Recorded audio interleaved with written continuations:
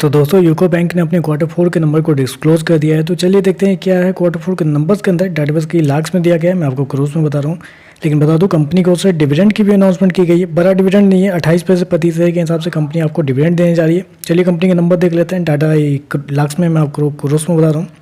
पिछले क्वार्टर की बात करें तो पिछले क्वार्टर में कंपनी का टोटल इनकम जो कंपनी ने जनरेट किया था 6,412 करोड़ के आसपास। पिछले साल 5,946 करोड़, जबकि अभी देखें तो बढ़ के 6,984 करोड़ के आसपास आपको देखने मिला। तो साल दो साल देखें तो साल दो साल कंपनी के रेवेन्यू के अंदर ऑलमोस्ट बोल सकते हैं 16% के आसपास का जंप आपको देखने को मिल रहा है। वहीं अगर क्वार्टर जाते हैं तो क्वार्टर कंपनी के इनकम के अंदर 8% के आसपास की तेजी आपको देखने मिली। तो क्वार्टर साल दो साल कंपनी का इनकम देखा जाए तो लार्ज अमाउंट में नहीं बढ़ता हुआ देखने मिला है। हाँ, लेकिन कंपनी का रेवेन्यू आपको साल दो साल क्वार्टर बढ़ता हुआ देखने को मिल रहा है।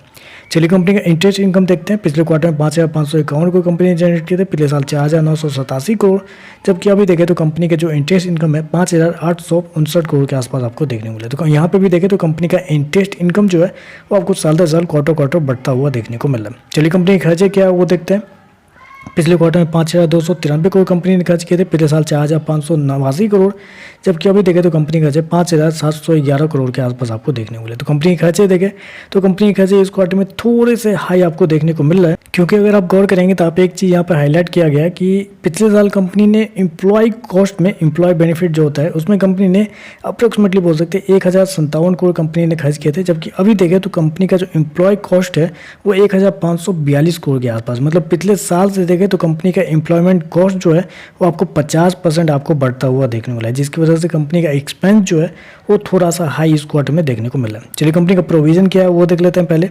तो देखिए प्रोविजन की बात करें तो पिछले क्वार्टर में 342 करोड़ खर्च किए थे। पिछले साल 450 करोड़, जबकि अभी देखें तो कंपनी का प्रोविजन 467 करोड़ के आसपास आपको देखने को मिला। तो साल दर साल देखें तो कंपनी का प्रोविजन हल्का सा बढ़ता हुआ देखने को मिला है। क्वार्टर जाते तो वहाँ पे भी कंपनी के प्रोविजन के अंदर एक तेजी आपको देखने को मिली। तो प्रोविजन के अंदर कभी भी तेजी होती है किसी बैंक के अंदर वो थोड़ा सा नेगेटिव माना जाता है। चलिए कंपनी का नेट प्रॉफिट क्या निकलता है वो देख लेते हैं। तो देखिए पिछले क्वार्टर की बात करें तो पिछले क्वार्टर में कंपनी का नेट प्रॉफिट 502 करोड़ के आसपास, पिछले साल 581 करोड़ के आसपास, जबकि अभी देखें तो गिर के 525 करोड़ के आसपास आपको देखने मिले। तो साल दर साल देखें तो साल दर साल कंपनी के प्रॉफिट के अंदर एक अच्छी खासी गिरावट आपको देखने मिली। ऑलमोस्ट वहाँ पे बोल सकते हैं 11% के आसपास की गिरावट है साल दर साल कंपनी के प्रॉफिट के अंदर। वहीं अगर क्वार्टर जाते हैं तो क्वार्टर कंपनी के प्रॉफिट के अंदर 4% के आसपास की तेजी आपको देखने मिला। मैंने ऑलरेडी आपको समझा दिया है अच्छे से कि गिरावट क्यों हुई है, क्योंकि एम्प्लॉय बेनिफिट और प्रोविजन इस दोनों में कंपनी ने इस क्वार्टर में थोड़े अच्छे खासे खर्च कर दिए। चलिए कंपनी का ईपीएस एनपीए क्या है वो देख लेते हैं। तो ईपीएस की बात करें तो पिछले क्वार्टर में 42 पैसे का ईपीएस था, पिछले साल 47 पैसे का, अभी देखें तो 45 पैसे के आसपास आपको देखने को मिला। चलिए कंपनी का ग्रॉस एनपीए नेट एनपीए क्या है वो देखते हैं।